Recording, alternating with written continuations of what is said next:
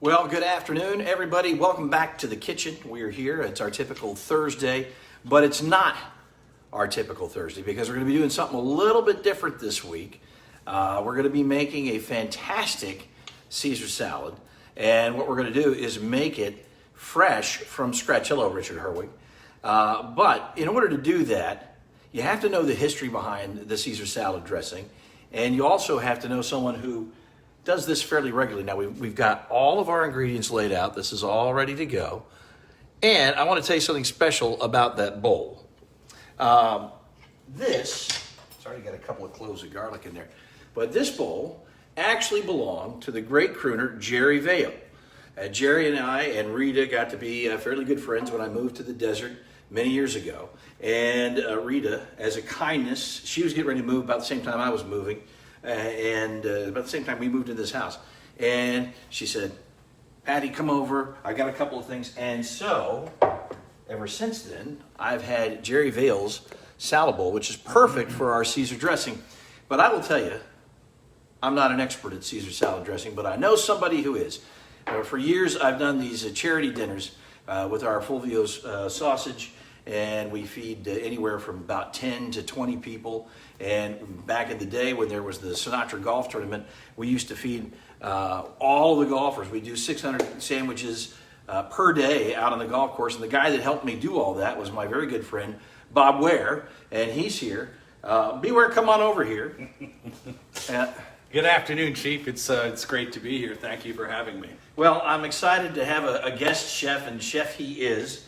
And Bob, you've been making this Caesar salad dressing. I mean, I see the scrawled notes here. Now, how long have you had this great recipe? Well, that recipe actually came from the Steak Joint, which was a restaurant in Chicago on Wells Street, a couple doors up from the Second City, where I first learned as a young lad of 21 how to make a classic Caesar salad tableside.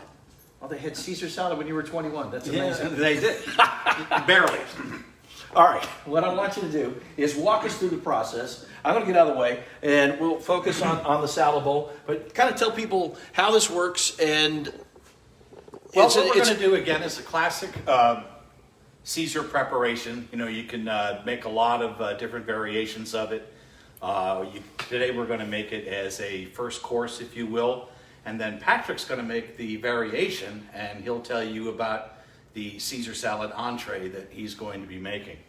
But we begin with just a little bit of rubbing the bowl with some fresh garlic cloves. Let's get in on that. I'm going to come in and I want to see exactly what you're doing there. So you're just coating. Yeah, we're just coating the bottom of the bowl, Chief, to make sure it gets that nice flavoring and seasoning.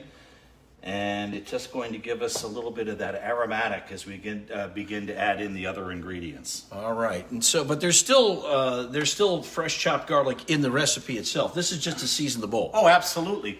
There's 2 tablespoons of fresh chopped garlic.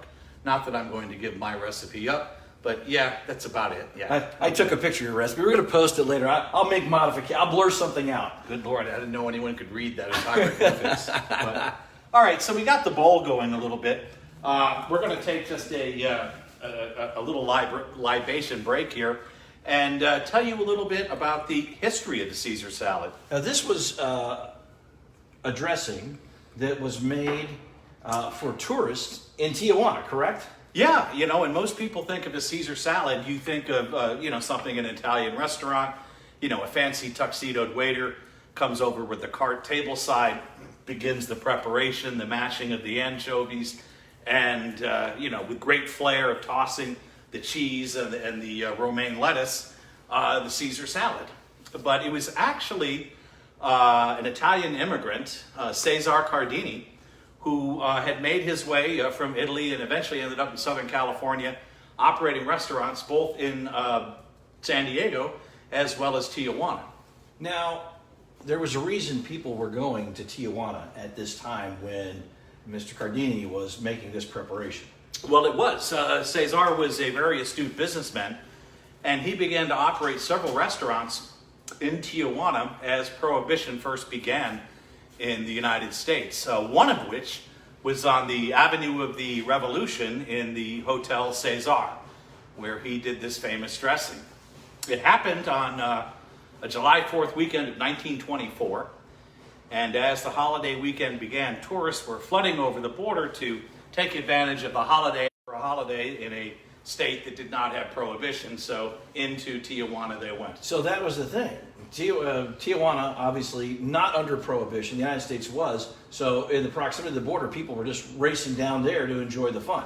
Well, I got to tell you, the rush to the border must have been something on those weekends, on those Friday afternoons, because you're absolutely right. A nice frosty beer was absolutely legal and plentiful and cheap. All right, so let's make it now. I noticed you did this earlier. This requires some egg yolk, but not egg. So you separated those out. So what we did is we coddled the eggs. You begin to do that. And it's a real fancy term for taking 2 whole eggs, in the shell, putting them in a bowl with really hot water. Let them sit for about 5 minutes or so. It helps separate the yolk from the egg white, which is what we've done here. Yeah, just hold that up and show what we have here is just those 2 egg yolks. And there we go. Now I'm in frame. So 2 coddled egg yolks. And we have our anchovy paste. A lot of folks get a little bit freaked out with anchovy fillets. The traditional method would have been fillets mashed in the bowl. But the paste sort of takes that out of play. And I put the little squeeze bottle paste, if you want to show that. It's real convenient. Oh, yeah. It gives you that great anchovy flavor, and it's just a nice paste. It's Reese anchovy paste, and it's available in just about every grocery store. Go over in the Italian spice section, International Foods. You'll find it right there. All right, so we've got the anchovy paste, we've got the eggs. What else? Because I noticed there's a fair amount of lemon juice in there. Oh, yeah, you got to have fresh lemon juice. So we... Actually, this lemon juice is volcanic lemon juice from lemons in Italy. So what we have is imported lemon juice. So there we go. And we're going to begin to take all of that. So why don't we go ahead and we'll take the egg yolks. All right, and some people are a little squeamish, but the egg yolks aren't cooked; they go in raw. That's just the way it is. Well, it is, but we're going to consume this right away, so it's safe if done in that manner. Then we're going to add in our anchovies. It's a nice paste, really easy to work with, really easy to use. Hello, Susan Parker. David Powell says he doesn't like anchovy fillets, but he does like the paste. Well, all right, now there's the lemon juice. And there's the lemon juice, because when you're done mixing that paste up, you'll never know an anchovy was actually in there. It's just going to have that flavor. Your buddy John Gilhooly asked, why is there never an Irish spice section?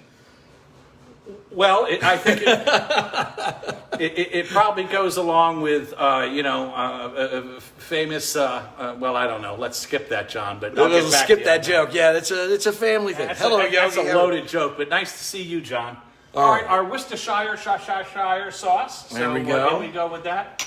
Of course, it's got to have a little kick, just a little bit of spice to it. So What do you our put in there? Tabasco, and I prefer the McElhaney brand. It gives you that real piquant sort of red roasted pepper, and of course, it's made in America. So we'll go ahead and we're going to add that. So there you go. He's using Also known as Tabasco.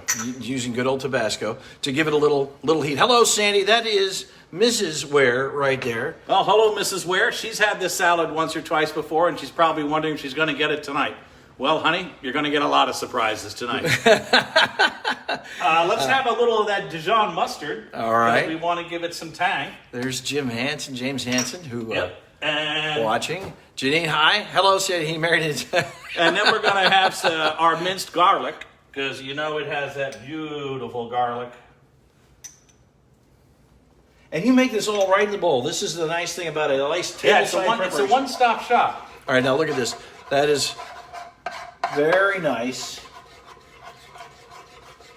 And of course, the egg yolk gives you that nice consistency. You're going to put a little olive oil in there, so it just clings to the salad.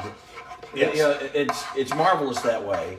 Well, For me, salad is strictly a delivery method for dressing. Yes, exactly. It's as if you just have a dipping chip, but it's more politically correct. It's a first course. It's absolutely. I'm going to turn down my olive oil here. I've got this heating up for the protein we're going to use. All right, Chief. So we've got about, a little bit of olive oil. I forget. sometimes drink it instead of putting it in the dish, but nonetheless. The secret to making anything is starting with fabulous ingredients. You know what? Costco sells a terrific imported extra virgin olive oil. It's from Tuscany. It's as good an oil as Patrick, you and other friends have actually hand carried back from Italy to me. Absolutely. No, this is great olive oil. They give you the dates that it was harvested. I use it all the time. And the nice thing is, I mean, you can find a lot of different olive oils at enormous price points. This is a very good price point, but it's under $20. Excellent olive oil. Yep, absolutely. So into the complete the dressing is a little bit of that Toscano aglio olio, huh? See. Oh, he speaks Italian too. Isn't that nice? Hello, Michael. Michael Bracken is watching. Good to see you, our resident economist. So we're going to whisk all that up. Now, how much of the Dijon mustard did you put in? Oh, the Dijon mustard was a little bit. Don't worry, I stole the recipe. I'm going to post it later for you folks. Yeah, it's all written in Hebrew, so he's not going to get very far. It's 2 tablespoons. I'm going to be saying that a lot. There's a lot of 2 tablespoons. It's sort of like invoking the fifth. 2 tablespoons. With your Worcestershire, not too much. 2 small onions. With your Worcestershire, you only used a little bit. I was surprised at how little the Worcestershire went in there. Oh yeah. Well, you don't want the Worcestershire to overpower it, and it really is a very forward flavor on your tongue. So in terms of the Worcestershire, 1 teaspoon is all you're going to need. Okay. And I think I've already given you way too much information. You're getting the secret effort. Hello, Jeffrey Tropple, who is our resident bundt cake man. It's nothing but cakes. Let's get that camera over here, and we can show people what that dressing looks like right now with just a little bit of under a half a cup of olive oil, a few pantry ingredients, which is all Mr. Cardini had that 4th of July weekend, with some pantry ingredients and some lettuce. And essentially all the color in that dressing comes from the egg yolk and a little bit of the Worcestershire, right? And the mustard. And the mustard. There we go. So, that's beautiful. It's thick. It's gorgeous. It's ready to go. Now you've got what? Some beautiful fresh romaine. Yes, this is fresh romaine. I want to give a shout out to our friends, the owners of the Peter Rabbit Farms. We always have gotten just the very best produce from them. We had the honor of cooking a dinner one night. John and his team, they do a great job. Oh, my Lord. And to see that romaine lettuce. So, yeah, I went through. John Powell and his lovely wife, Sandy, and they had us over. We did an Italian dinner there, and Bob made this dressing and made this tableside salad for them to start off with, and we did pasta, and we did meatballs, and we did Fulvio's Italian. So there's Sam Pace from Sam's Place. If you've not been, he's a friend of ours. He's a good friend of ours, and it's right over there in the Big Lots in the corner. You know, the Bambino Pizza places. Sam is right kitty corner to that. Go in, say hi to Sam. They make great food. It's home style cooking, and they just recently got their full bar. Actually, I think last year. So go in and enjoy some dinner at Sam's. Hello, Robert Barrett. All right, BWare, continue. Okay, so now we've added our lettuce. We want to make sure that we've got some beautiful fresh Parmigiano Reggiano cheese. Oh, look at that. There John Lilly, they don't make cheese like this in Ireland, sorry. They make a nice cheddar, though. They make a lovely Guinness, too, I'll tell you. But there we go. Our fresh cheese.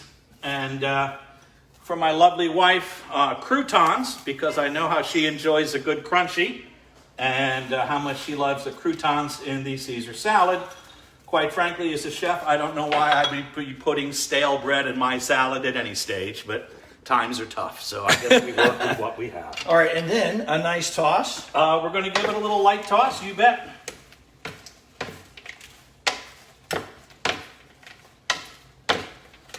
All right, let's take a peek at this. That great homemade Caesar salad, tableside Caesar salad dressing. Oh, that's... And for you, Chief, $18.95 a la carte. $18.95. Wow, that's an expensive salad, BWare. Well, does it serve 2? Does it serve 2 or 4? It certainly serves 2. Okay, as long as it serves 2, I guess we'll be okay with that. That is lovely. Now, of course, we've made a nice salad, and this time of year, everybody, it's hot outside. I mean, my gosh, yesterday was 110. Everybody wants to eat a little bit lighter. Thank you, BWare. That looks fantastic. Ladies and gentlemen, my good buddy Bob Ware. Showcase that salad to everybody. Look, let's take a look at that. Here you go, There classic Caesar salad. If you'd like the recipe, invite me over to your house. I'll make it for you. Don't worry, I'm going to share it with you later. All right, now what I've got over here is now the nice thing about Caesar salad is it is great as a first course, a little salad, but you can add virtually any protein you want to this and make it a fantastic entree as well. And so what I've done is I've got some shrimp. Let me grab them. And you can, of course, do this with chicken. You can do it with shrimp. Those are the most common. I think a nice filet, grilled and sliced and put right on top of the Caesar salad is absolutely delicious. You know, it's excellent, but you know, there's one thing we didn't do yet, Patrick. Oh, you forgot the salt and the fresh ground pepper. If you don't put fresh ground pepper on it, as you would say, why did you bother getting out of bed this morning? I only like a little food with my pepper, as you well know. When Patrick comes to my house, the place setting in front of him not only includes a silverware and a napkin, it also includes an individual pepper grinder. Absolutely. All right, now what I've done is I've marinated these shrimp. There is a little white wine, garlic, olive oil, lemon juice, and lemon pepper and salt. And so what we're going to do is saute those off over there. So I'm going to set the camera up. And they've been marinating. You don't have to marinate them very long. They'll pick up the flavor very nicely. And I've got my pan pretty hot. It's all going to go right in there. Give it a little more heat. What do I need? Ah, that's perfect. And the nice thing about this, again, you can do this with chicken, you can do it with shrimp, and salmon. Salmon is always great if folks like that. I thought we haven't done anything. I've done a lot of beef and meat dishes, so I thought it would be good to do a little something with some seafood, and it goes perfect with our Caesar salad. So I'm going to slide this over here so we can. Oops, there we go. Mm-hmm. It's hard to get good help here. There we go. All right, now you can see the shrimp. We're just going to saute those up, and it won't take long. They've been marinating, so they've already got some color to them, and that's frankly just from the lemon juice. You know how the shrimp start to... It's the acidity that begins to cook the shrimp even before it hits the heat. So I've got some fresh garlic in here and a whole bunch of lemon juice, as a matter of fact, to get them going. And we're going to just bring this up real nice. I put some olive oil in the pan, but there's also some olive oil in the marinade. And again, that white wine, so you're going to get a little bit of that flavor. And we're just going to cook these until they're plump and pink, and then you can put them right on top of the salad. So this makes a great summertime dish, and it's really easy. And the nice thing is, if you want to start, Richard Herwig is freaked out about the pepper because, he thinks ketchup is spicy.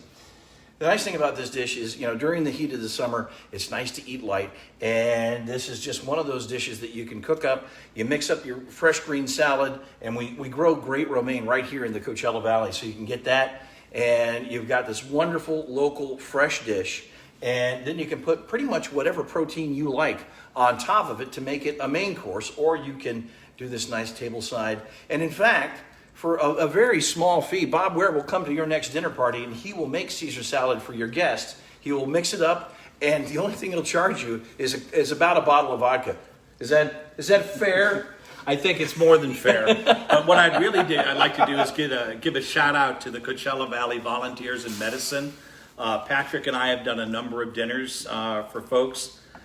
Basically, you make a donation to one of the best organizations here in the Valley that's here 52 weeks a year to help folks who are underserved with medical needs.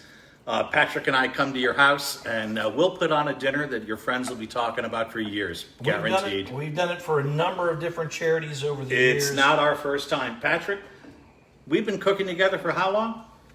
Gosh, I had hair and you were skinny, so it's been a while. It's been a long time. There you go. So the nice thing is, this is a great summertime dish, and Bob is given us a really, I didn't know my collar was all screwed up like that. Bob has given us a great and very traditional Caesar salad dressing with a little bit of the history. Hello, Haley Clausen. Haley is watching from News Channel 3, our chief meteorologist, And there's David Salsa. David says you got to go to Phoenix. David and his husband Raymond. Raymond used to be the HR manager here at the Desert Sun, and they now are over in Phoenix enjoying retirement. But they would like some of your Caesar salad. Okay. All right, so we've got the shrimp. If I have Jerry Vale's bowl, we'll travel. Now I'll tell you what, BWare. Why don't we plate this up a little bit? Yeah. Oh, don't mind those. No, it doesn't matter. All right. Plate up some salad. Here we go. I'm going to show you the shrimp as they are just about done. And all we did is just throw them right in the pan with the marinade. And that's a little bright. Let's take a peek so you can see. There you go. See how they've got that beautiful pink color? They're perfectly done. They're ready to go. And very healthy. There's not a lot in there that, there's no butter in this dish. So it's a nice thing if you're... No, there's no butter in it. No butter at all. All right. These shrimp are perfect. And I got the croutons on here for Sandy, because I know she likes that crunch. All right, I'm going to kill the heat on that. I'm going to get a slotted spoon down here. And Chief, there you go. All right. We're going to take that. Show them your salad first. Look. There we go. How about that? I mean, you got to hold it up. There you go. Now notice how beautifully the dressing clings to the romaine. It's Nothing perfect. running on the plate. It's not like those jars of dressing that you're going to get. This is homemade and it's fresh. It's from scratch. All right, bring it on over here. Now, we're going to dress it up with some of those beautiful shrimp. Just like that. All right. There you go. And that is how you take a fantastic from scratch Caesar salad and make it a main course. You can see the shrimp are still steaming from coming out of the mixture. And again, it was white wine, a little garlic, a little olive oil, and some lemon pepper, and it is ready to go. So, a classic Caesar dressing made from scratch by my good friend BWare. Thank you very much. Chief, I hope you'll invite me back. Oh, absolutely. Well, we're going to do ossobuco. BWare has a great recipe for veal ossobuco. You can do it with pork shank as well, but the veal is the way to do it. So we're going to do that sometime. You ready to do that? Yeah, Chief, I'm ready to do that. It's a real simple one-pot dish. Something that you can put on, leave for 90 minutes, enjoy your guest, begin your evening, and when you're ready to rock dinner, I can get that on the table in 9 minutes. And it's fork tender and delicious, and they'll love it. And it's usually a dish that was reserved. You think, oh, I'm going to have ossobuco. I got to go to one of our great Italian restaurants. No, you can have it right at home. Hello, Mary Sawyer. Hello, Michelle Canada. Good to see you, Michelle Canada Prophet, whom I went to high school with and middle school. And Oh my God! I think grade school too. Hello, well, Ron Patrick, Green. you were left behind 20 years. Yeah, I'm still waiting for my degree. Folks, thanks for joining us in the kitchen. It was fun to have my buddy BWare. He's going to come back and do some ossobuco sometime. Cheers.